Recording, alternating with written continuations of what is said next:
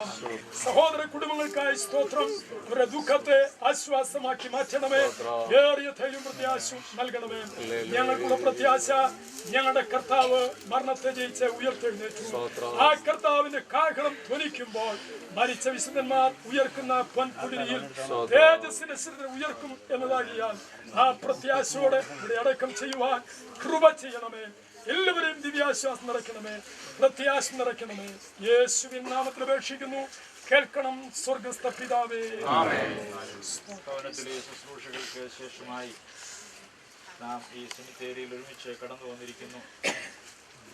ദൈവ വചനത്തിൽ നിന്ന് ചില വേദഭാഗങ്ങൾ നമുക്ക് കർത്താവിൻ്റെ ദാസന്മാർ മാറി മാറി വായിക്കും.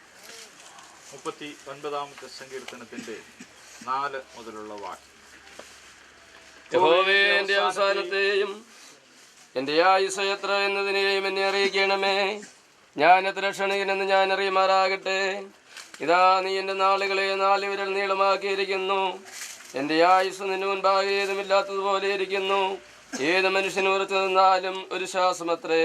മനുഷ്യരൊക്കെയും വെറുതെ നിഴലായി നടക്കുന്നു നിശ്ചയം. അവർ വ്യർത്ഥമായി പരിശ്രമിക്കുന്നു നിശ്ചയം. അവർ ധനം സമ്പാദിക്കുന്നു, ആർ അനുഭവിക്കും എന്നറിയുന്നില്ല. എന്നാൽ കർത്താവെ, ഞാൻ ഇതിനായി കാത്തിരിക്കുന്നു. എൻ്റെ പ്രത്യാശ നിങ്ങൾ വെച്ചിരിക്കുന്നു. എൻ്റെ സകല ലംഘനങ്ങളിൽ നിന്നും എന്നെ വിടുവിക്കണമേ. എന്നെ ഭോഷന്റെ നിന്നയാക്കി വയ്ക്കരുതേ. ഞാൻ വായി തുറക്കാതെ ഓമനായിരുന്നു, നീയല്ലോ അങ്ങനെ വരുത്തിയത്. എൻ്റെ ബാധ എങ്കിൽ നിന്ന് നീക്കണമേ. എൻ്റെ കൈയുടെ അടിയാൽ ഞാൻ ക്ഷയിച്ചിരിക്കുന്നു.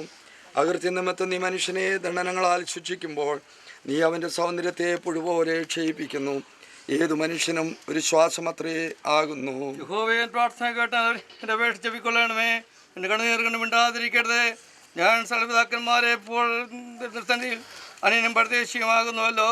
ഞാൻ ഇവിടെ വന്ന് പോയില്ലാതെ ആകും മുമ്പ് ഉന്മേഷം പ്രാപിക്കേണ്ടതിന് നിന്റെ നോട്ടം എങ്കിൽ നിന്ന് മാറ്റണമേ. നാം കർത്താവിൻ്റെ വേലയിൽ വർദ്ധിച്ച് മുൻപോട്ട് പോകണം എന്നാണ്.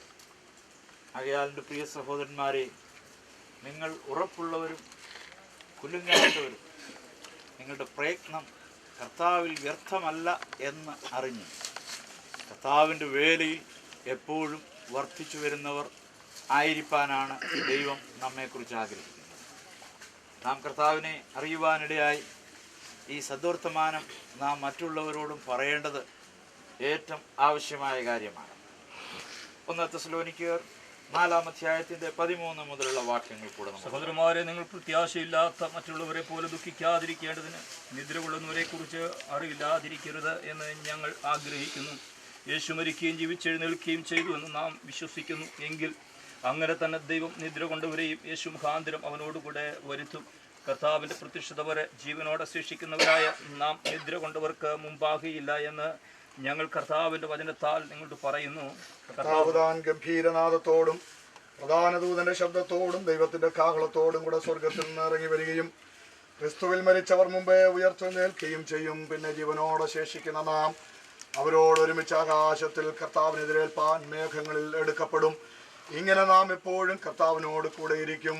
ഈ വചനങ്ങളെ കൊണ്ട് അന്യോന്യം ആശ്വസിപ്പിച്ച് കൊള്ളുവീൻ. അവസാനത്തെ പുസ്തകമായ വെളിപ്പാട് പുസ്തകം 20-ാം അധ്യായത്തിന്റെ 11-ാം വാക്യം മുതൽ 21-ാം അധ്യായത്തിന്റെ 8-ാം വാക്യം വരെ നമുക്ക് വായിക്കാം. വലിയൊരു വെള്ളസിംഹാസനവും അതിൽ ഒരുത്തനിരിക്കുന്നതും കണ്ടു. അവൻ്റെ സന്നിധിയിൽ നിന്ന് ഭൂമിയും ആകാശവും ഓടിപ്പോയി, അവയെ പിന്നെ കണ്ടില്ല. മരിച്ചവരാബാലവൃദ്ധം സിംഹാസനത്തിന് മുമ്പിൽ നിൽക്കുന്നതും കണ്ടു. പുസ്തകങ്ങൾ തുറന്നു. ജീവന്റെ പുസ്തകമെന്ന മറ്റൊരു പുസ്തകവും തുറന്നു. പുസ്തകങ്ങളിൽ എഴുതിയിരുന്നതിന് ഒത്തവണ്ണം മരിച്ചവർക്ക് അവരുടെ പ്രവൃത്തികൾക്കടുത്ത ന്യായവിധി ഉണ്ടായി.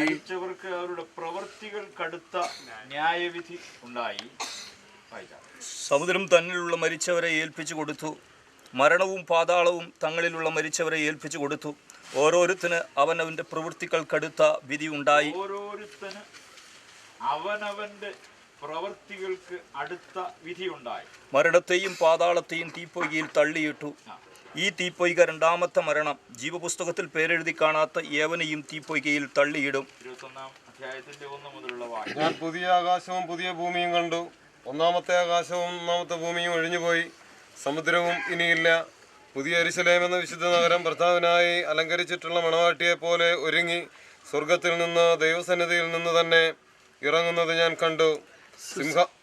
സിംഹാസനത്തിൽ നിന്ന് മഹാശ്വതം പറയുന്ന ഞാൻ കേട്ടത്, ഇതാ മനുഷ്യരുടെ ദൈവത്തിന് കൂടാരം, അവനവരോട് വസിക്കും, അവനവരുടെ ജനമായിരിക്കും. ദൈവം താൻ ദൈവമായവരോട് കൂടിയിരിക്കും, അവനോട് കണ്ണീർ എല്ലാം തുടച്ചു കളയും. ഇനി മരണമുണ്ടാകുകയില്ല, ദുഃഖവും മുറവിളിയും കഷ്ടതയും ഇനി ഉണ്ടാകുകയില്ല. ഒന്നാമത്തേത് കഴിഞ്ഞുപോയി. സിംഹാസനത്തിൽ ഇരുത്തിയിരിക്കുന്നവൻ ഇതാ ഞാൻ സകലം പുതുതാക്കുന്നു എന്ന് അരുളി ചെയ്തു. എഴുതുക, ഈ വചനം വിശ്വാസയോഗ്യവും സത്യമാകുന്നു എന്നും അവൻ കൽപ്പിച്ചു.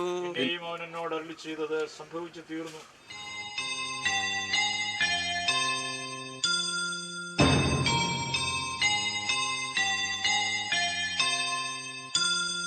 പോകുന്നേ ഞാനും എൻ ഗൃഹം തേടി ദൈവത്തോടൊത്തുറങ്ങിടാൻ.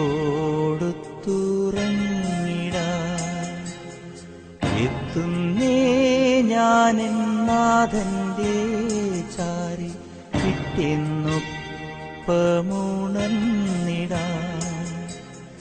കരയുന്നോ നിങ്ങൾ എന്തിനായി ഞാനൻ സ്വന്ത ദേശത്ത് പോകുമ്പോൾ? കഴിയുന്നു യാത്ര ഇത്ര നാൾ കാത്ത ഭവനത്തിൽ ഞാനും ചെന്നിതാ. പോകുന്നേ ഞാനും എൻ ഗൃഹം തേടി ദൈവത്തോടൊത്തുറങ്ങിടാൻ. എത്തുന്നേ ഞാനും നാഥന്റെ ചാരി പിറ്റെന്നൊപ്പമുണർന്നിടാൻ.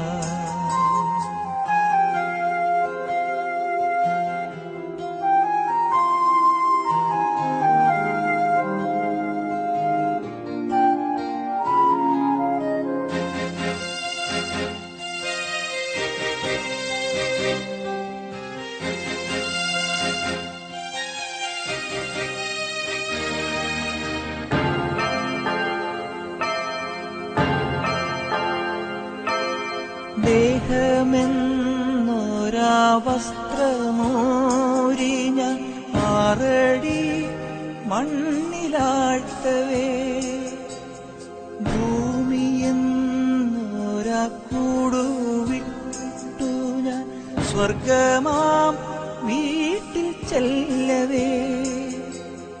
മാലാഖമാരും ദൂതരും മാറി മാറി പുണർന്നു പോ. ആധിവ്യാധികൾ അന്യമായി കർത്താവേ ജന്മം ധന്യമായി. പോകുന്നേ ഞാനും എൻ ഗൃഹം തേടി ദൈവത്തോടൊത്തുറങ്ങിടാൻ. എത്തുന്നേ ഞാനും നാഥന്റെ ചാരി പിറ്റെന്നൊപ്പമുണർന്നിടാൻ.